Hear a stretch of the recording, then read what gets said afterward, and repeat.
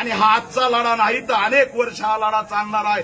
तो लढा खांद्याला खांदा लावून हा भीमसैनिक तुमच्या दिल्याशिवाय राहणार नाही, हे सुद्धा या माध्यमातून मी जाहीर केलंय। पुन्हा एकदा मोठं आव्हान करतोय की देवेंद्र फडणवीस असतील, एकनाथ शिंदे असतील, अजित पवार असतील, मनोज जरांगेंना एकटं पाडू नका। मनोज दादा जरांगेंना एकटं पाडू नका। मनोज दादा बोलत नाही म्हणून लक्ष्मण हाकेला काही बोलायला लावू नका। या ठिकाणी समाजामध्ये मोठा संताप आहे, एवढा इशारा सुद्धा मी देतोय। आपल्याला या माध्यमातून मी जाहीर करतो की आज एका आंदोलकावरती काय अवस्था आणलेली आहे।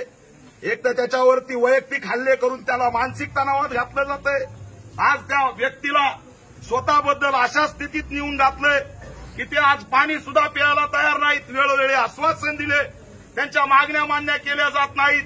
असंच झालं होतं 8 वर्षापूर्वी, 10 वर्षापूर्वी हैदराबादला रोहित यमुलांनी डॉक्टर बाबासाहेब आंबेडकरांचा फोटो घेऊन त्या ठिकाणी उपोषण सुरू केलं, त्याला न्याय दिला नाही, त्याची संस्थात्मक हत्या झाली।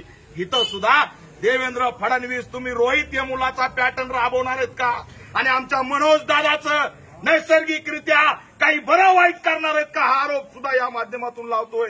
आणि जर का मनोज दादाच्या केसाला जरी धक्का लागला तर याद राखा फडणवीस, त्याचे परिणाम काय होतील हे आज तुम्हाला सांगता येणार नाहीत। भयानक परिणाम झाल्याशिवाय राहणार नाहीत, हा इशारा सुद्धा या माध्यमातून मी देतो। आणि आंदोलनाच्या पाठीशी ठामपणे उभा आहे।